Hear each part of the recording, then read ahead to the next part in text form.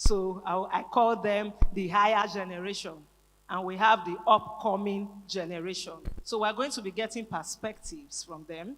We're going to see how our parents did it in their time and how the upcoming ones are doing it this time. So this morning, I'll be asking us some questions, and I will appreciate authenticity so that we all can benefit from the conversations.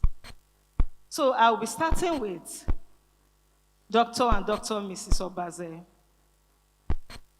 The first thing I want to ask has a lot to do with our generation. We call it love language. I know in your time, except maybe you have read, in your time there was nothing like that. I'm very sure there was nothing like that. You know, this is our own now. We come up with a lot of things. But it was existing at that time. So there is this man, Chapman.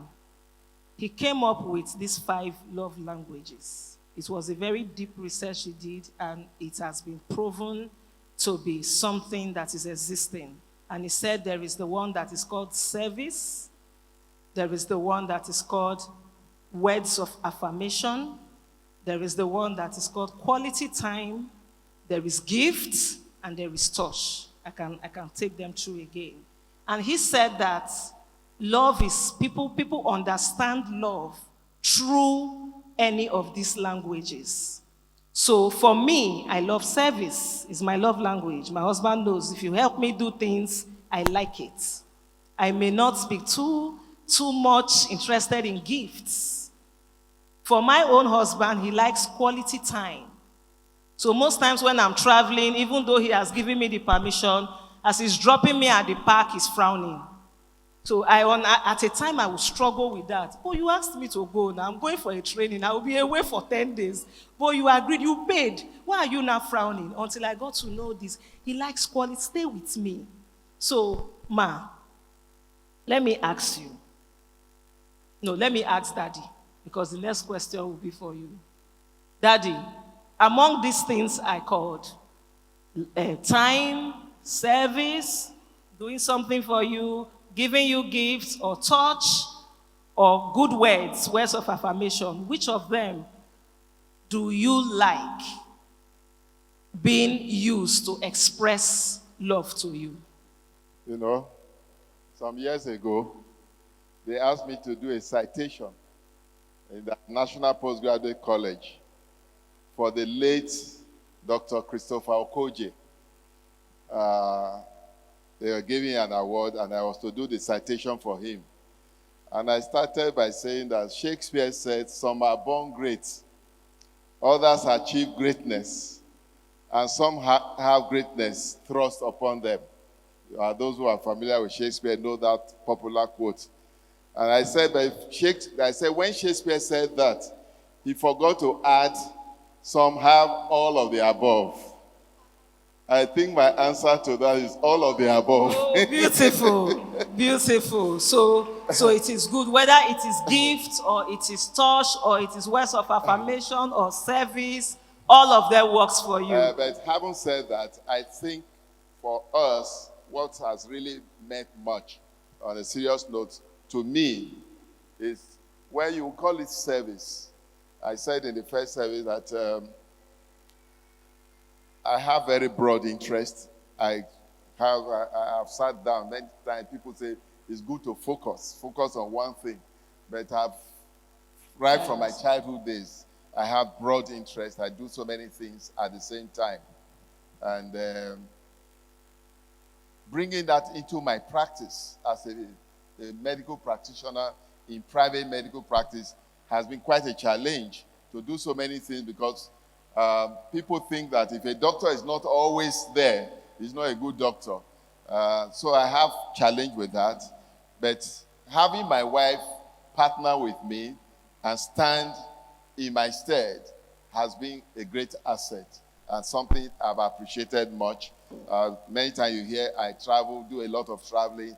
I have peace of mind doing that, knowing that he's there, she's there for me. So that has been a lot meant a lot to me. If you want to put that as service, well, Beautiful. it is in a way. So I think that is something I appreciate very much. Thank you, sir. Mommy, do you have any distinct one among them?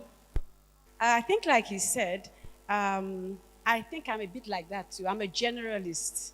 I think all of them mean a lot to me. We didn't have this in our days. Yes. So I'm not sure we were able, if you tell people something, they start looking for it. Yes. Since we didn't have that, we just took everything. Okay, Thank you. beautiful, beautiful. I like this blend. I don't need to explain it to you. It's our language. Pastor, what's your love language? Okay, I want to say very good morning to everyone in the house, especially the leadership of the house. Thank you for this opportunity to have us share our few years of experience. You will bear with us if our experiences are not as much as our dad is here, but it's what we have had that we will share. Of course. All right.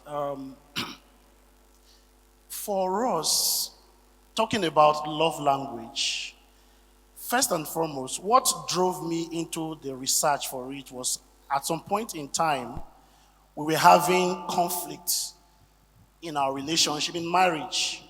So I took out time to try to study her as an individual, the things that make her tick, not the generalized ideas I had about women. So it was in the pursuit and the search of that I stumbled into love languages. And then I said, okay, let me take the time and know what her love language is. Now, you have itemized those love languages. Now, why that was important to us was because every Saturday when I was dating this young woman, I always bought her a gift. Every Saturday, yes. Now, whenever I'm alone, I invent ways to surprise her, to appreciate her, to let her know how much I love her. But I discovered that those things were not even meaning much to her. You're making me sound very... So it began to baffle me. You know, a young man with my meager salary, I go and get you a gift, you just look at it casually. It was until I discovered that gift giving was not her love language. When I now learned her love language and I was giving it to her, I began to see the best of her. So for her, I discovered that her love language is quality time. Don't give her gift, but spend time gisting with this woman. She will feel like you are the best man in the world. Wow. What's your husband's love language? Acts of service. Act of service. Acts of service. The way you give him his food to ensure that the food is there, as he's going to church, following him to ensure that service is set up right. For him, it is service. And you find out that is actually what he gives the most. Yes. Pastor Jerome will spend time servicing relationships and people because he wants in return what he gives. Thank you. So acts of service and words of affirmation. Wow. Words of affirmation. Wow.